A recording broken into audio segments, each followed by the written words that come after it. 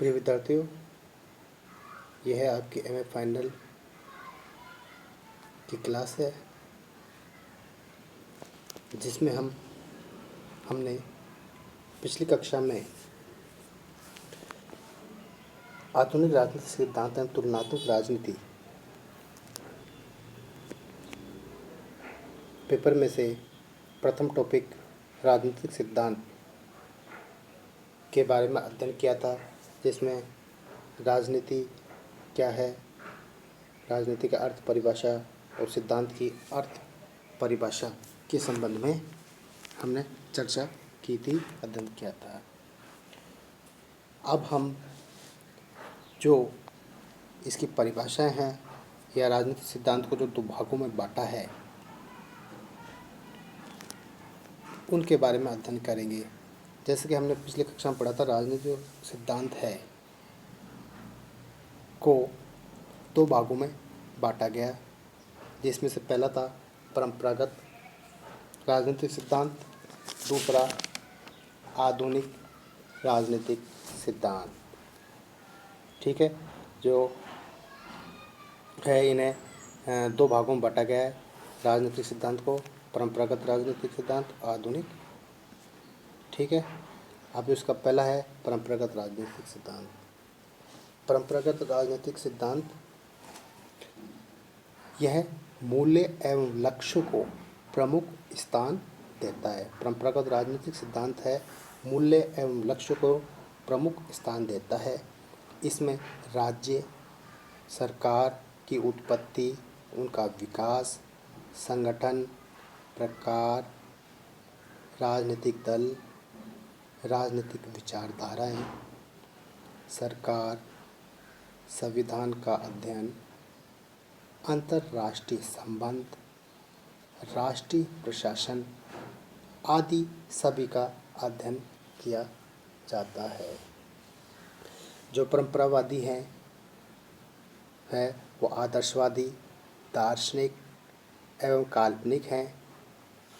ठीक है, इनकी जो दृष्टिकोण है या अध्ययन पद्धतियाँ हैं वो ऐतिहासिक और वर्णनात्मक होती है। किस प्रकार की? ऐतिहासिक और वर्णनात्मक है। जो अध्ययन के विषय हैं उनमें राज्य, सरकार एवं संस्थाओं को मानते हैं। अब इसमें पहला पॉइंट आता है राज्य के अध्ययन के रूप में, दूसरा सरकार के अध्ययन के रूप में, और तीसरा राज्य, सरकार और व्यक्ति के अध्ययन के रूप में। जो परंपरागत राजनीतिक सिद्धांत है उनको भी हम तीन वर्गों में बांट सकते हैं, राज्य के अध्ययन के रूप में, सरकार के अध्ययन के रूप में और राज्य, सरकार और व्यक्ति के अध्ययन के रूप में। अब जो परंपरावादी हैं जो राज्य के अध्ययन के रूप में मानते हैं, वो क्या कहते हैं कि राजनीति विज्ञान का जो अध्ययन का केंद्र बिंदु है वह राज्य है। ठीक है, क्या है? केंद्र बिंदु राज्य, जिसमें गार्नर, ब्लंटशली, गैरिस, गेटेल आदि प्रमुख विचारक है। वो ऐसा इसलिए मानते हैं क्योंकि वो यह कहते हैं कि राज्य के मूलभूत आधारित प्रकृति, विकास क्रम, शासन सिद्धांत, शासन प्रणालियों का वर्णन करता है। ठीक है, अब हम गार्नर की परिभाषा की ओर आते हैं। गार्नर क्या कहता है कि जो राजनीति विज्ञान का प्रारंभ और अंत है वो किसके साथ होता है? राज्य के साथ ही होता है। गार्नर, ठीक है, जो राजनीति शास्त्र है या राजनीति विज्ञान है उसका प्रारंभ और अंत किसके साथ होगा? राज्य के साथ ही होता है। ब्लंटशली, इसका संबंध राज्य से है, जो राज्य की आधारभूत स्थितियों, उसकी प्रकृति तथा विविध स्वरूपों एवं विकासों को समझने का प्रयास करता है। गेटेल, राजनीति विज्ञान राज्य का विज्ञान है। ठीक है, गेटेल की एक परिभाषा और है जिसमें कहता है इसके अंतर्गत राज्य के अतीत, वर्तमान, भविष्य तथा राजनीतिक संगठन और सिद्धांतों का अध्ययन किया जाता है। जैसा कि मैंने पिछली क्लास में बता दिया था कि जो भी विचार की परिभाषा हैं उन्हें आपको डालनी होगी। ऐसा करने से नंबर अच्छे आते हैं। ठीक है, ये तो हो गया राज्य के अध्ययन के रूप में। अब इसके हम दूसरे पॉइंट के और बढ़ते हैं कि जैसे कि मैंने बताया कि आपको जो विचारक हैं उनकी परिभाषा डालनी है, तो ज़रूरी नहीं है कि जो हार्ड हो कठिन हो वही परिभाषा आपको याद करनी है। जो भी आपको सरल लगती है परिभाषाएं जो याद हो सकती हैं वो परिभाषा आप इसमें डाल सकते हैं, और जितनी परिभाषा डालते हो उतना अच्छा होता है। अब इसका जो सेकंड पॉइंट है, सरकार के अध्ययन के रूप में। सरकार के अध्ययन के रूप में कुछ विद्वानों का मानना है कि राज्य एक इकाई है। क्या है? राज्य को एक इकाई के रूप में मानते हैं और कहते हैं कि राज्य की आज्ञाओं और अपेक्षाओं को मूर्त रूप सरकार के द्वारा ही प्रदान किया जाता है।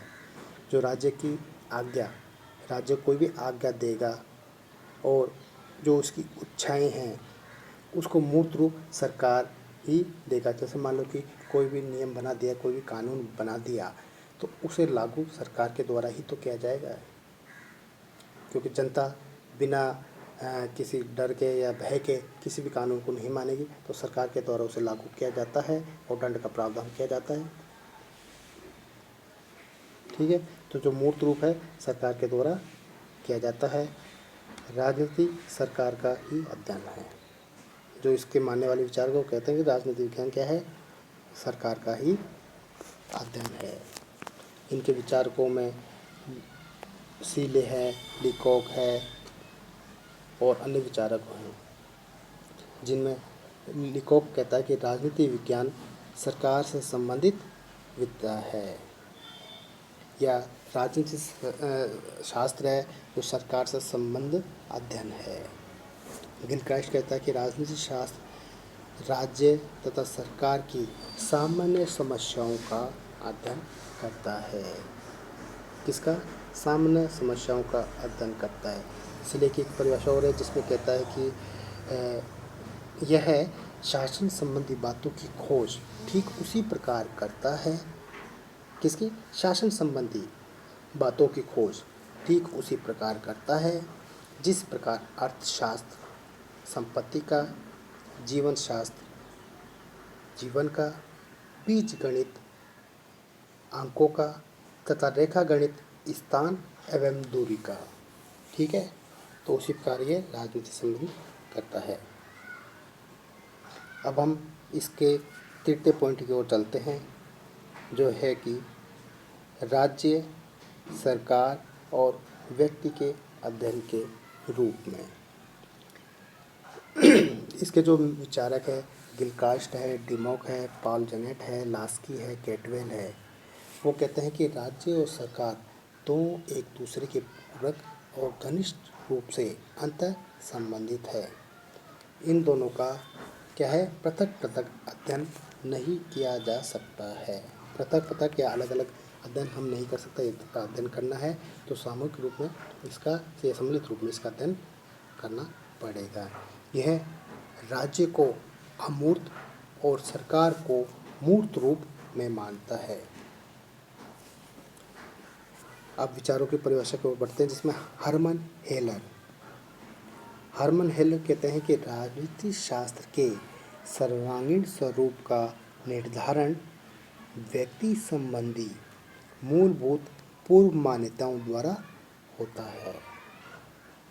लास्की, राजनीति शास्त्र के अध्ययन का संबंध संगठित राज्यों से संबंधित व्यक्तियों के जीवन से है। किसे? व्यक्तियों से है। और भी है, जैसे डिमॉक की परिभाषा है जिसमें कहता है कि इसका संबंध राज्य तथा उसके साधन सरकार से है। ठीक है, इस प्रकार जो परंपरागत राजनीतिक सिद्धांत है उसको हम 3 भागों में बांटा था, राज्य के अध्ययन के रूप में, सरकार के अध्ययन के रूप में और राज्य, सरकार और व्यक्ति के अध्ययन के रूप में। अब हम इसके आधुनिक राजनीतिक सिद्धांत की ओर बढ़ते हैं, जिसके अनुसार क्या परिभाषाएं हैं। इसमें राजनीतिक सिद्धांत के क्षेत्र के बारे में कहता है कि जो राजनीतिक सिद्धांत के जो आधुनिक दृष्टिकोण है, आधुनिक राजनीतिक सिद्धांत है, वो क्या करता है, इसके क्षेत्र को और अधिक विस्तृत व्यापक बना देता है, जिसके विषयों में राजनीतिक मनुष्य, उसका व्यवहार, समूह, संस्थाएं, प्रशासन,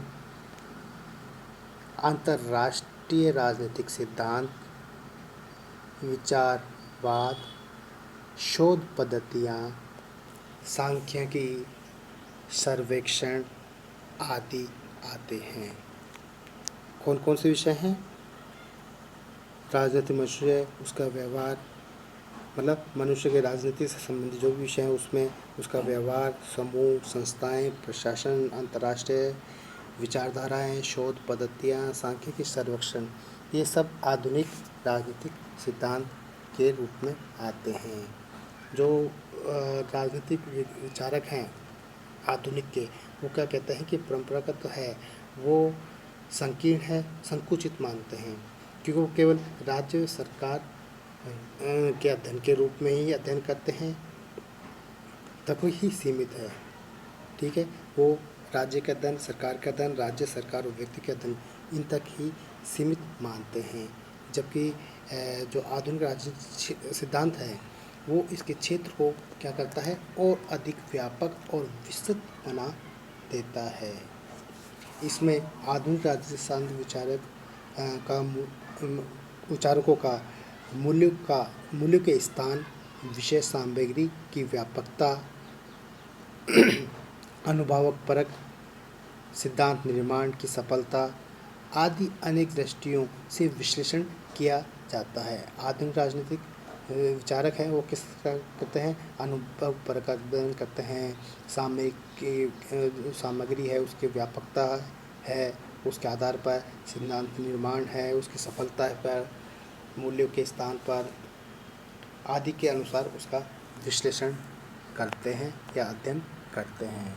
अब जो कैटलिन है उसके अनुसार राजनीति विज्ञान की परिभाषाओं में राजनीतिक सिद्धांत में सामान्य बोध और मूल्य निर्धारण दोनों शामिल है। सामान्य बोध और मूल्य निर्धारण दोनों शामिल है। ठीक है, ये तो हो गई इसकी परिभाषाओं के संबंध में। हम अगले टॉपिक में पढ़ेंगे इसकी विशेषताएं, किसकी, परंपरागत व आधुनिक राजनीतिक सिद्धांत की परिभाषा या परिभाषा क्या, विशेषताओं के संबंध में अध्ययन करेंगे।